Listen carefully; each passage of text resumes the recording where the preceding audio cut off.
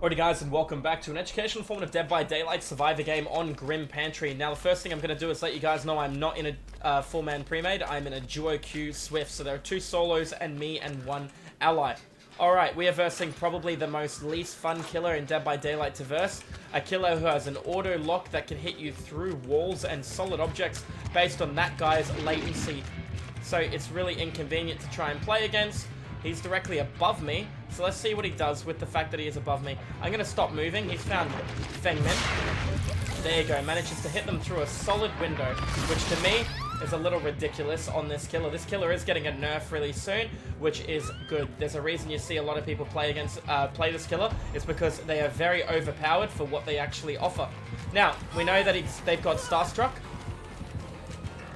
Starstruck means I'm an instant down right now. And unfortunately, they're going to have the ability to dash right across the board, so I need to use line of sight and not take predictable pathing.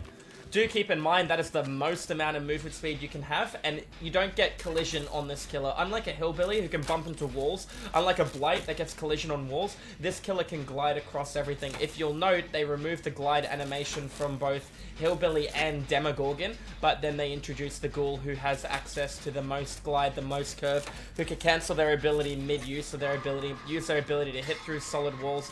This killer has a lot in their kit, and there's a reason you see so many people play ghoul, because they are one of the top best killers in the game, but they're not difficult. Their ability is a long-range projectile auto-lock aim assist legion, which is very powerful. They can use their ability to jump over pallets and recover quicker than if they were to break the pallet and follow up with an M1. It also allows them to get over a pallet quicker than Wesker. Not to mention they have the equivalent of the Wesker Golden Egg, which is Wesker's best add-on, built into the base kit.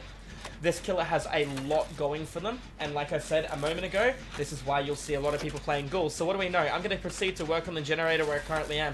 I am still running Adrenaline, as we can see. We have 2 people on one gen, 1 person on another gen. The Ghoul is busy with 1 ally. The best thing we can do is hope to play around that loop up there against the killer. Unless the teammate's on death hook, then they can go work on that generator. It is the strongest and safest loop available on this map. However, the Ghoul, being the Ghoul, she can really shut down a lot of good loops. The way you play a Ghoul is you take the unpredictable path. Much like a hillbilly trying to mind game chainsaw you, you take unpredictable path. You do something completely irregular, and that is where your strength comes in. I should have really let that hit me rather than my ally. We got a generator done, let go of the chase on one of my teammates. Unfortunately, she is in struggle if she gets caught. She went down instantly before, so that makes me a bit nervous. She went down instantly again. Alright, I really should have taken that hit in the back, but remember the Ghoul, there's Starstruck again. It's not something I really want to have to play around with. Chances are she has Starstruck with Awakened Awareness. That means she is going to be able to... Oh, and she's got Pain Res, so that's really a lot. Do you see the amount of movement that had? Right across the board and hit a player with the auto-lock vacuum. Like I said before, and you'll hear me say it a million times, you can see why there are so many people playing Ghoul in her current state. I can hook save this player. I will hook save this player. I'll let my ally hook save this player. They're already coming in, and I'm going to just stay on the generator. We can hear the heartbeat get a little louder. That makes me believe she picked up a survivor and a heartbeat went up. That's telling me agitation is what's coming in here. Starstruck's on cooldown. A double body block's enough to get this player off as long as they're wiggling. I'm going to wait. She should have wiggled off right now, unless she decided not to wiggle. Good, she's off. Like I said, a double body block will be enough. I don't really want to waste my medkit healing right now. I feel like priority is me getting straight onto that generator. Yep. Alright, let's run for a little bit. Unfortunately, the area I'm at is a little awkward to try and play against a Ghoul. I don't want to work on this gen, but I can hear the heartbeat is stable. Yep, she's committing to the chase, but don't worry, I should be able to close this entire distance instantly. Alright, the good news is I'm at the strongest loop available on the map, but this killer doesn't really care about the laws of Dead by Daylight by being able to jump over and across things instantly. She'll be able to do the exact same play right now. Still committing to the chase, which is good for me. I'm going to medium vault this. I'm tempted to drop down the hole. She went back the way, so I'm going to go back the way too. Okay, not much I could do about that. Now she has access to an extra dash. So we're going to go around an extra lap. We didn't play window, so we should be able to play window now. Depending if she uses her ability, I'll play the side window. No use of the ability yet. Alright, she's lost 2 generators for a chase that doesn't favor her. And just like that, she locked the window, but it cost her 2 gens. She got a hit. I was already injured, now I'm gonna mend. Do you see why I said this is one of the strongest loops? It's very awkward for killers to deal with. I have all these nice pallets underneath if I choose to drop down as well. Instantly lets go a chase and applies pressure to another player. That's how much map control the Ghoul has. I am going to heal right now. There's no reason to leave it at 99. I do have access to drama as well. There's 1 generator left, and I have the generator on the platform where I currently are. So even though she might not want to play around this loop, as you just saw, she doesn't have a choice because this generator is available. Feng Min should be up here doing what I'm doing right now because I just showed you how strong this loop really is, and if Feng Min decides to play around up here, it'll be very beneficial. She's nowhere to be found on any generators, and I'm working on the safest isolated platform generator with the strongest loop. I'm not on Death Hook, so this is where Feng Min should be right now. Feng Min is with my other ally. Remember, you saw how quickly this killer can get around the board, and there's your Starstruck with agitation with Awaken Awareness, so she's gonna know where I am. Here she comes. Alright, I got off the gens, so that's Dead Man Switch for 50 seconds. I didn't realize, that's my bad. We did see her use that a little earlier on too. Found Feng Min, no reason for me to hold on to drama. She's obviously gonna look for the kill on a player. Take the save on our ally. We can't work on that gen has a 50 seconds that it's going to be locked for. Feng Min is going to camp a pallet and go down. Unfortunately, Feng Min, her strongest suit wasn't actually being able to loop this game. The good news is Dead Man Switch will be on cooldown. Or was that not Dead Man Switch? Was that... No, it was Dead Man Switch. Let's look for a heal on our ally. There's no reason not to heal.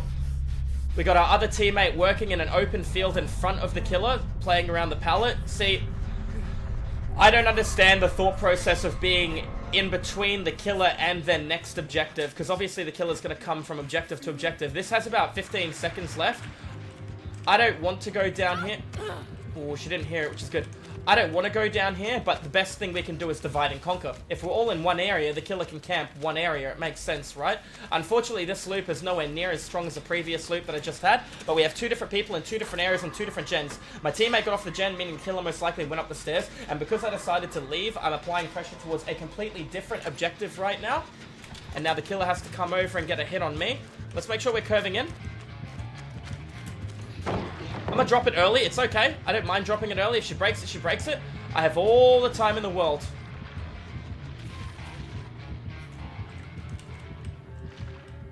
Killer kicked my gen and went to check on the gen upstairs. Now, dropping the pallet early might look silly, but it might be allow me to preserve my ability. The killer can get between these 2 pallets in 5 seconds? 6 seconds?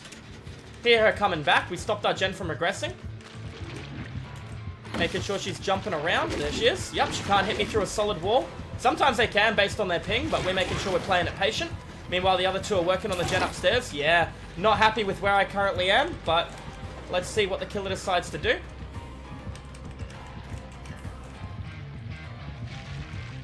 Breaking the pallet underneath while losing the gen across the board. They could probably get that gen done in time. Sounds like she actually stayed with me. Now, even with adrenaline, all that extra movement speed, she's able to catch up to me almost instantly. She gets a hit on my back, there's nothing I can do about it.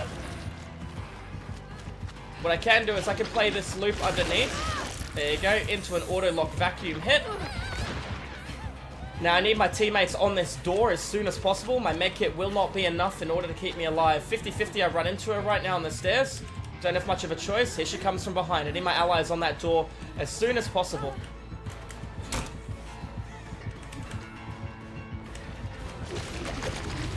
Alright, we turned down. She used her ability to hit me. I should have the pallet, which is good. We'll go around again.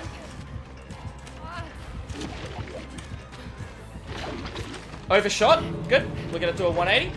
We can hear she did a 180 back with her ability, which is fine. Hopefully we don't get mind gamed here by coming the opposite direction. Found my other teammate. One of the doors has been opened and one of them hasn't. I really need to find an ally and get healed, or I need to go to the opposite door. Teammate has the ally upstairs. I need to go to the other door. I see my teammate here, and that's exactly what I'm going to do. He could go help her. I just need to make sure I get access to this door. I don't see where it is. I thought it was in this general direction. I'm having a little bit of a look. She should have access to that door. I can get to her in time if she doesn't. I'm going to wait here for a heal. That way, if she goes down, I'm over there and I'm able to take the body block hit. She's already made it out, so there's no reason for me to be healed. So why did the Ghoul end up losing? Because she chose to chase around the strongest loop in the map. Why did she do that? In reality, what do we need to loop at? She realized it was a bad idea when she couldn't get a hit, she couldn't get a down, she could only get a hit with her special ability, which can't down you, and she lost multiple objectives being 40% of what she needed to protect. If she hooked me, she got 8% of productivity for the price of 40. She didn't hook me, she didn't get a pallet, so she got literally nothing apart from an injury state when I was already injured with her ability in order to lose 40% of their objectives. It is a very strong loop. The killer needed to just let go of that generator, and our team, despite having 2 solo queues, were smart enough not to work on that gen.